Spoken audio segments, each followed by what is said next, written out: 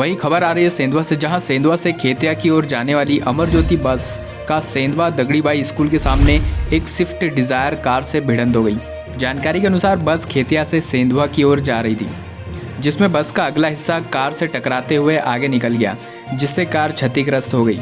घटनास्थल पर काफ़ी लोगों की भीड़ भी जमा हो गई।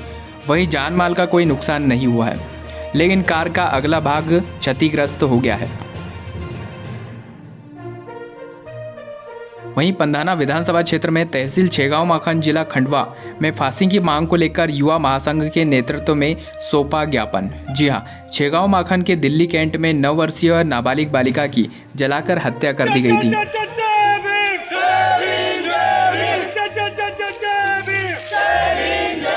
जिसके आरोपियों को फांसी की सजा दिलाने हेतु अखिल भारतीय बलाही महासंघ ब्लॉक इकाई छेगांव माखन के तत्वाधान में तहसीलदार को राष्ट्रपति के नाम ज्ञापन सौंपा गया, जिसमें पीड़ित परिवार को न्याय दिलाते हुए दोषियों पर कठोर से कठोर कार्रवाई करने, फांसी की सजा देने की मांग की गई।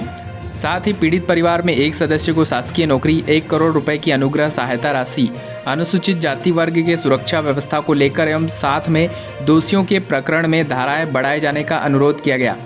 ज्ञापन सौंपने में नगर अध्यक्ष दीपक नीरज के नेतृत्व में बड़ी संख्या में समाजजन उपस्थित रहे। ज्ञापन का वाचन महासंघ जिला अध्यक्ष प्रभु मसानी ने किया। वहीं ज्ञापन सौंपने में ऋतिक, पवन, अंशुल बारसे, राजेश भास्कर, जोंटी, नीरज सहित अनेक कार्यकर्ता उपस्थित थे। नाबालिग बच्ची के साथ कुकृत्य कर उसे जला दिया गया। इसी के विरोध स्वरूप आज अखिल भारतीय भलाई महासंघ की ब्लॉक इकाई छेगांव माखन में नगर अध्यक्ष दीपक नीरज जी के नेतृत्व में आज राष्ट्रपति के नाम तहसीलदार महोदय को ज्ञापन सौंपा। ज्ञापन में हम लोगों ने मांग करी है कि अनुसूचित जाति और जनजाति वर्ग के लोगों पर जो अत्याचार, नित्य नए दिन अत्याचार हो रहे हैं, कुकृत्य हो रहे हैं, इसी को इस प्रकार के जघन्य अपराधों पर रोक लगाई जाए, हमारे लोगों की सुरक्षा व्यवस्था की जाए। साथ में जिस बच्ची के साथ कुकृत्य हुआ है उसके परिवार को 1 करोड़ अनुग्रह आर्थिक सहायता दी जाए। साथ ही एक परिवार को शासकीय नौकरी भी दी जाए।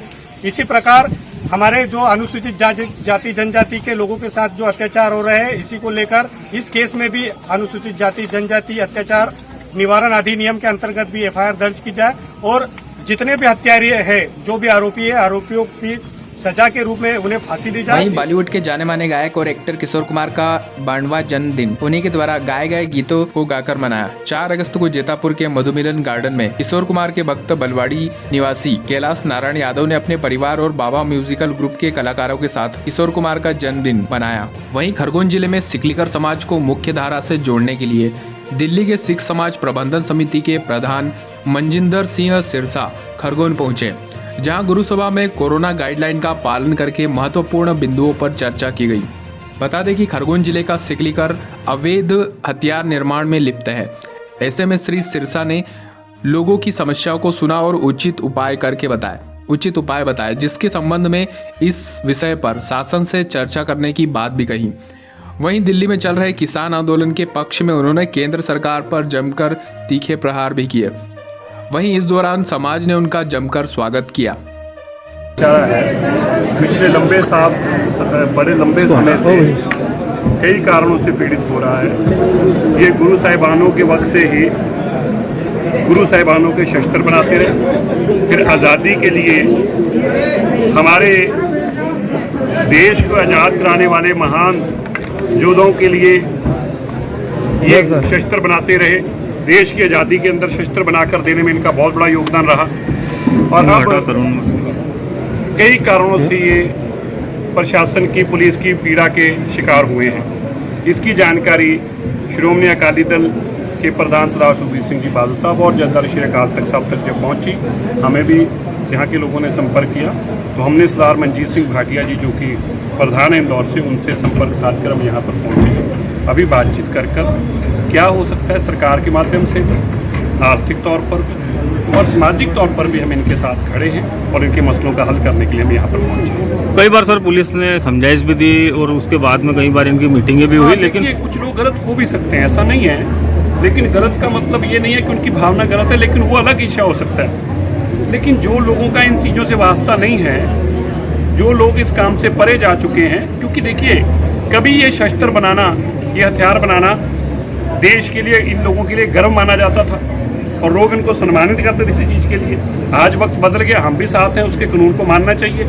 लेकिन कई लोग तो जबरन उनको पीड़ा किया जा रहा है, उनका इससे कोई वास्ता नहीं है। पुलिस एक को उठाती है और 50 को उठा के साथ ले जाती है। जो पैसे देता है, घर बार देता है, जायदाद नाम कराते हैं, बहुत धक्का होता है। उसकी आज विषय पे चर्चा करके इसका पक्का सोल्यूशन निकालते हैं। किस प्रकार की मदद रहेगी?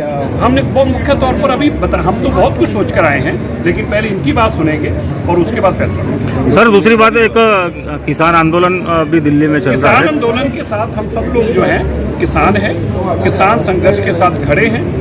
हम जब तक ये तीनों काले कानून खत्म नहीं होते, ये इसी तरह संघर्ष जारी रहेगा।